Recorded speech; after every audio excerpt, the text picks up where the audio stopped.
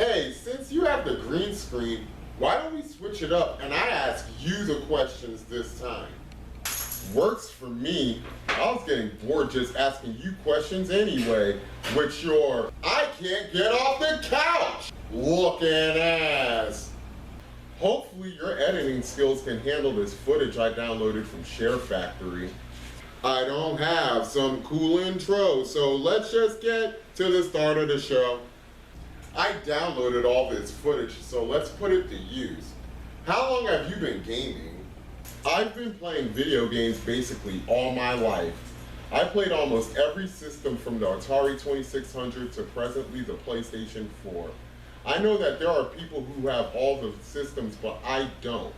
Because remember, I'm unemployed, collecting a disability check, and receiving food stamps.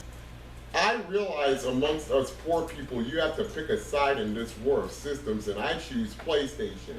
I've played all 4 versions, and now I know I'm PlayStation for life, bitch! Alright, with that said, I want to talk about online gaming and its effect on you. The first game I played online was Madden 08. How was that experience? It was cool. I was a real big Madden head back then. I didn't have a mic or a headset back then, but it didn't matter because like 90% of my opponents didn't talk to me anyway.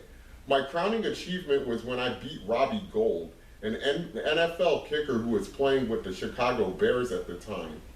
How did you know it was him? Because his online handle was Robbie Gould, all one word? Who would take a kicker's name?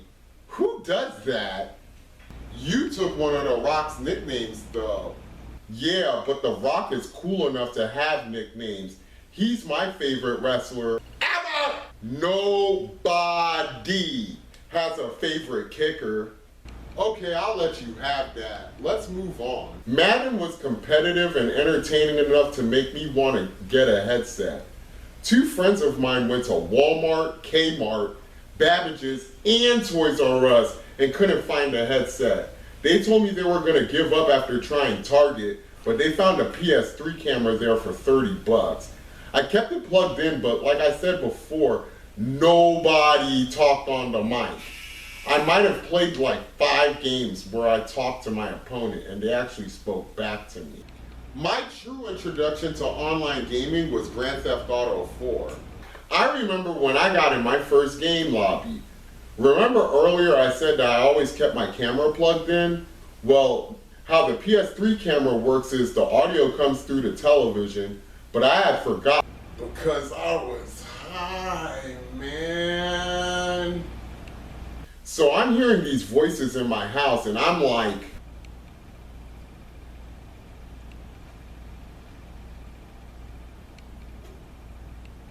you hear that? What was that? I had a friend who was with me and he immediately checked the door, windows, and outer perimeter of the house. You know who you are, my brother. When he came back in the house, I was like, is anyone outside? Who the fuck is talking? Someone in the game lobby heard me freaking out, and when he started to talk to me, I realized it was just the TV. Me and my buddy had a good laugh afterward. Yeah, I remember that. So what was GTA 4 like? Awesome! My game mode of choice was Turf War, and I made so many friends in it. It would be like 8 of us on a team, each person from a different section of the world, but mostly in the US, playing together. I would ask people if they had the PS3 camera, but it turned out I was the first in my clique to have it. One of my friends, he's from, is Brooklyn in the house? Got the camera and our first conversation literally went like this. Yo, yo, yo. What's up, son? On the mic, your voice is deep. In my head, I always thought you were a fat guy. Nah, son. I'm skinny, son. You say nigga a lot, son. I thought you was either a proper nigga that say nigga all the time, or you was a racist ass white dude, son. It's cool you black though, son.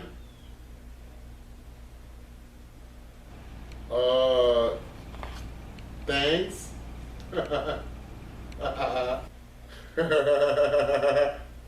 Son.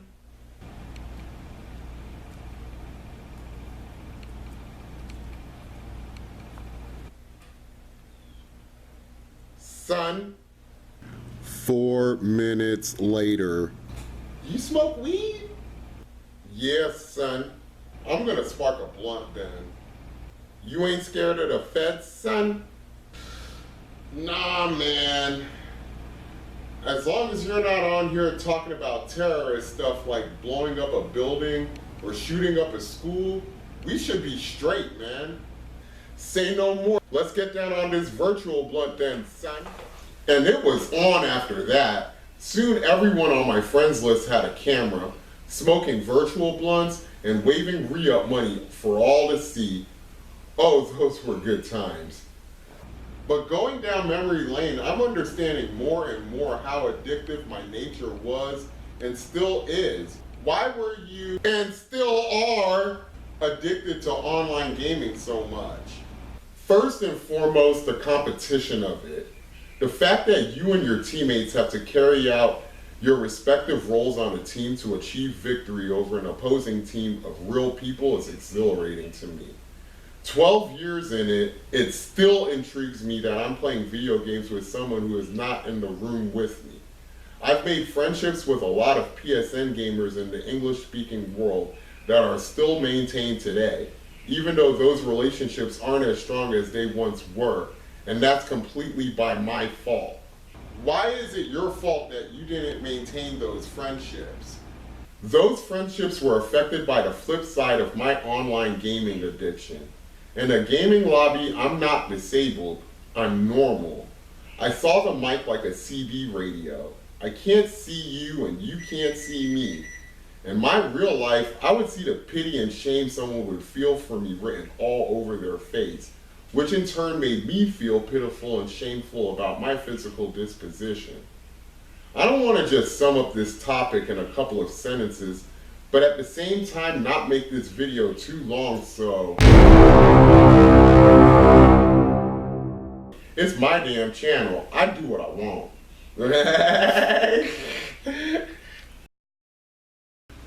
Ooh, ooh, ooh, ooh. I ain't too proud to beg for your money, so like, share, and subscribe.